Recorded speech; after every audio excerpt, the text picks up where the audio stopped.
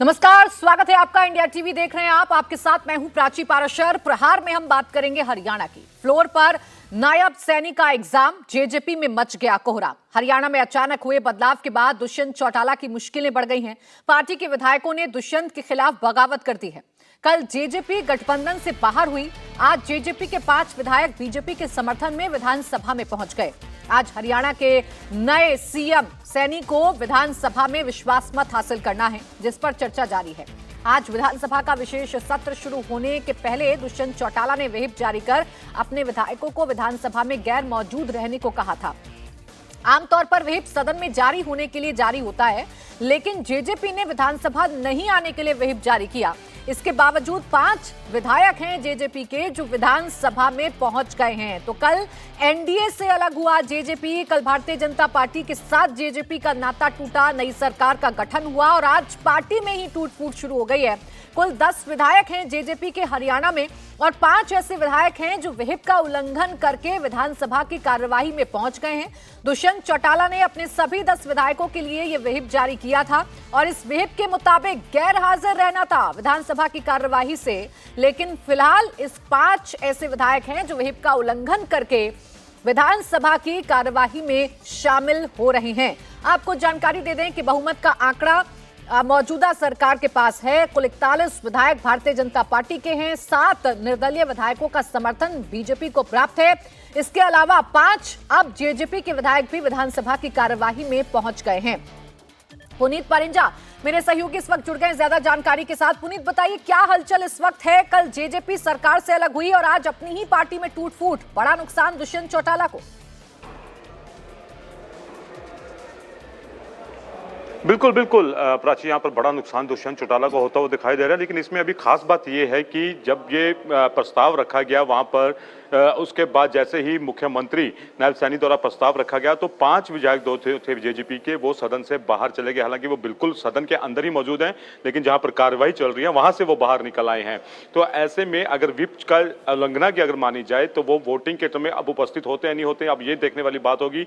बहरहाल वो 5 विधायक जो हैं जहां पे कार्रवाई चल रही है वहां पर मौजूद नहीं है। और एक निर्दलीय विधायक है बलराज कुंडू, जो कि पहले बीजेपी में हुआ करते थे, पिछली बार उनका टिकट कट गया था तो उसके बाद वो वहां पर शामिल नहीं, उन्होंने इंडिपेंडेंट चुनाव लड़ा जिसमें उनकी जीत मिली और अब वो भी बाहर आ गए हैं। तो कुल अभी 5 वो और 6 बलराज कुंडू ये बाहर आए हैं सदन की कार्रवाई से, लेकिन है विधानसभा के अंदर ही मौजूद हैं। तो क्या ये वोटिंग में भाग लेते हैं या नहीं लेते हैं, ये देखने वाली बात होगी। क्योंकि अगर ये वोटिंग में भाग नहीं लेते हैं तो व्हिप की उल्लंघना इनके ऊपर कोई मायने नहीं रखती है, लेकिन अगर ये वोटिंग में भाग लेते हैं तब ये व्हिप की उल्लंघना जो है वो मानी जाएगी। जी प्राची।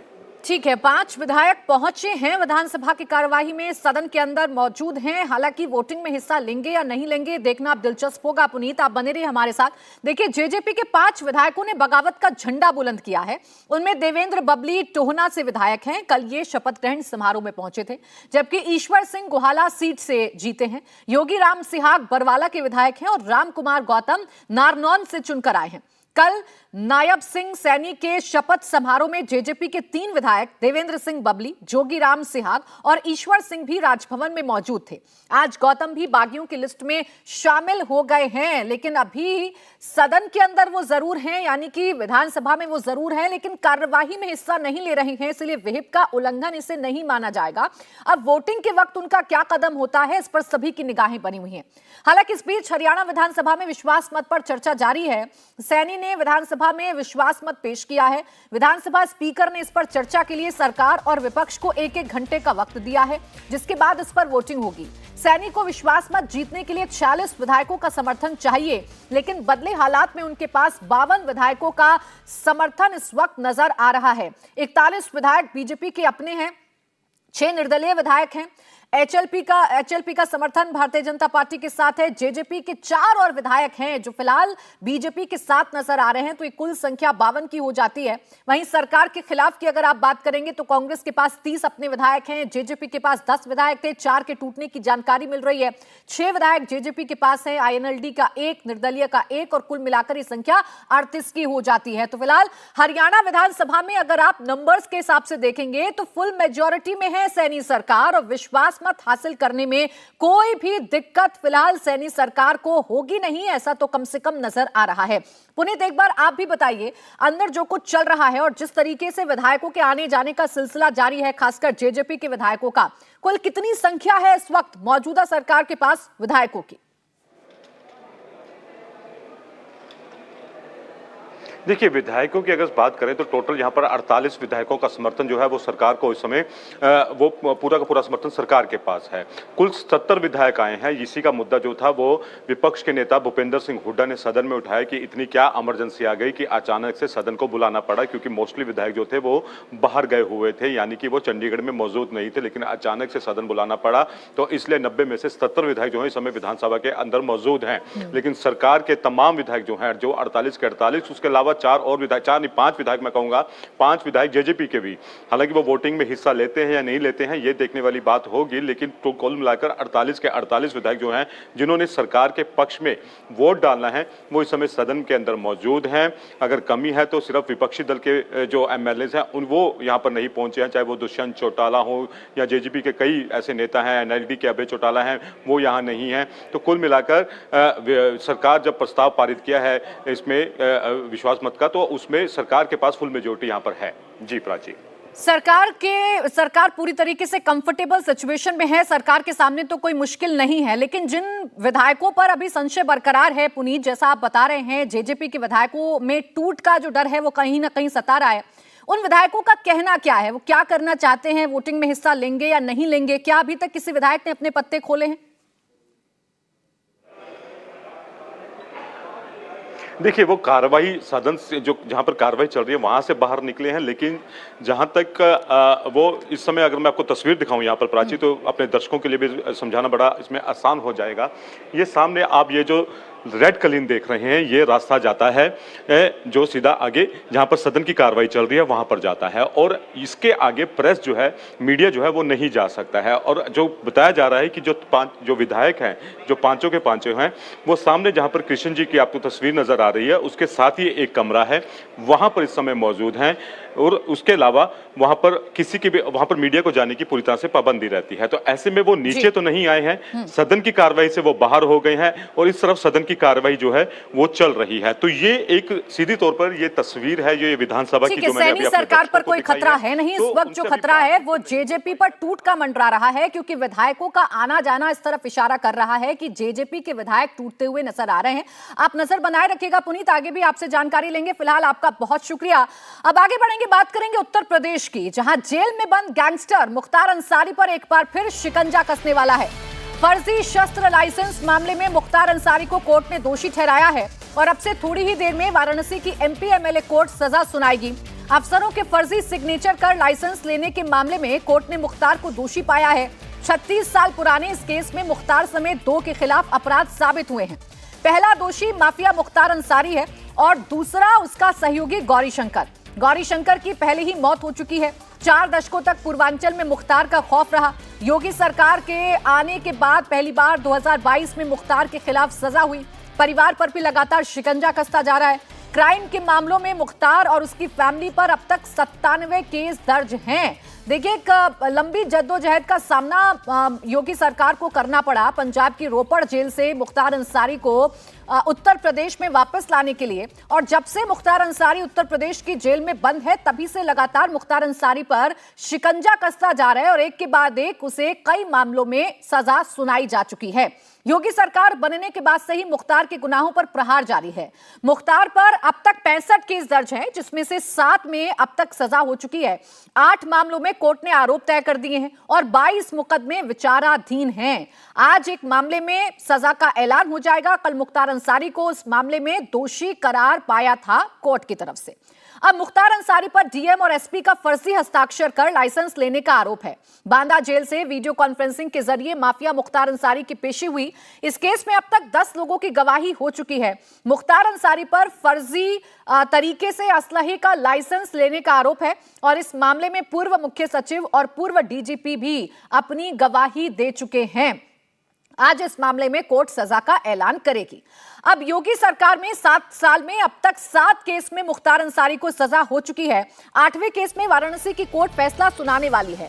सितंबर 2022 में योगी सरकार में पहली बार मुख्तार को सजा हुई थी, पहली बार उसे सजा सुनाई गई थी और एक के बाद एक जितने भी केस मुख्तार अंसारी पर चल रहे हैं उन केसेस में मुख्तार अंसारी की मुश्किलें बढ़ती जा रही हैं और सिर्फ मुख्तार अंसारी की नहीं बल्कि पूरे परिवार पर अब ये जो कानून का शिकंजा है वो कसता हुआ नजर आ रहा है। मुख्तार अंसारी के जितने भी करीबी हैं उनकी अवैध संपत्तियों पर ना सिर्फ बुलडोजर चल रहा है बल्कि परिवार के जितने लोगों पर मुकदमे दर्ज हैं उनमें भी कार्रवाई जो है वो तेज हो गई है। रुचि कुमार मेरी सहयोगी जुड़ गई हैं ज्यादा जानकारी के साथ। रुचि, क्या जानकारी है? मुख्तार अंसारी तो लगातार मुश्किलों में घिरता हुआ नजर आ रहा है, योगी सरकार में एक के बाद एक उसके सब गुनाहों की सजा उसे मिलेगी, ये तो कम से कम तय नजर आ रहा है।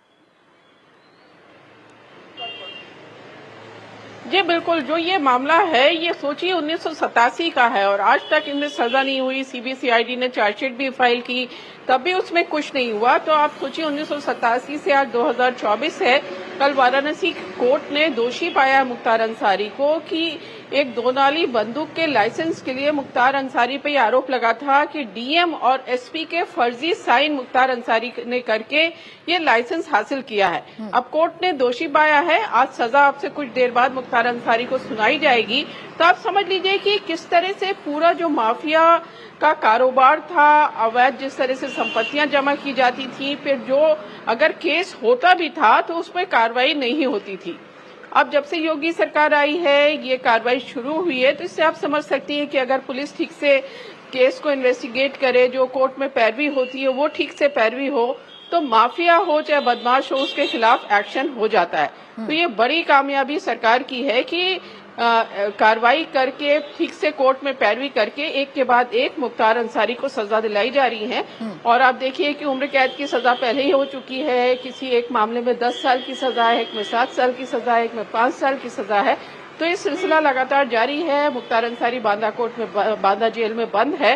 तो आज जो सजा सुनाई जाएगी, वैसे आजीवन कारावास की सजा पहले से ही मुख्तार को है, लेकिन एक तरह का मैसेज है ये बदमाशों को और माफियाओं को कि अगर वो कुछ गड़बड़ करेंगे तो उनको सजा भी जरूर दिलाई जाएगी। जी देखिए, 2022 में पहले केस में मुख्तार अंसारी को सजा मिली और अब 8वां केस है जिसमें मुख्तार अंसारी को दोषी करार दिया गया है और अब सजा का ऐलान कुछ ही देर में हो जाएगा। अभी कितनी और केसेस हैं जो मुख्तार अंसारी के खिलाफ लंबित हैं, जिन पर कोर्ट में प्रोसीडिंग्स चल रही हैं, गवाही चल रही है और उनमें मुख्तार अंसारी की मुश्किलें बढ़ सकती हैं? रुचि, देखिए 65 वैसे मुकदमे दर्ज थे मुख्तार के खिलाफ और 21 मामले हैं जिनमें कोर्ट में सुनवाई हो रही है और सरकार इन सभी मामलों में कोर्ट में तेजी से पैरवी कर रही। दरअसल होता क्या था कि मान लीजिए जैसे ये मामला है 2 नाली बंदूक का फर्जी लाइसेंस लेने का, तो अब ये डीएम और एसपी के कार्यालय से कोर्ट में कागज जाते हैं तो वहां पर जो लोअर लेवल पे कर्मचारी हैं उनको डरा के उनको पैसा देकर ऐसे आरोप लगते हैं कि जो माफिया बदमाश होते हैं कागज कोर्ट तक नहीं पहुंचने देते। फिर कोर्ट में भी उनकी कुछ सेटिंग्स होती है, ऑफिसर्स में भी होती है और पिछली सरकारों में भी सेटिंग थी जिसकी वजह से सजा नहीं मिल पाती।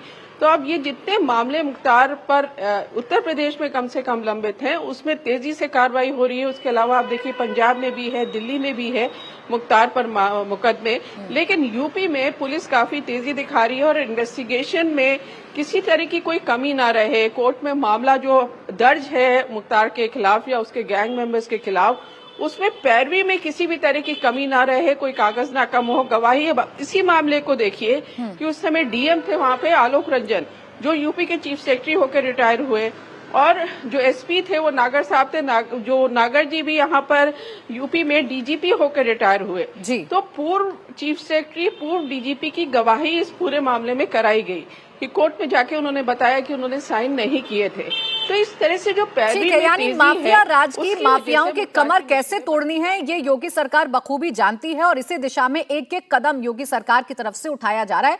रुचि, आप बने रहिए हमारे साथ। मुख्तार अंसारी पर मामला कैसे दर्ज हुआ, किन किन धाराओं में मुख्तार अंसारी की मुश्किलें बढ़ सकती हैं, एक बार ये बता देते हैं।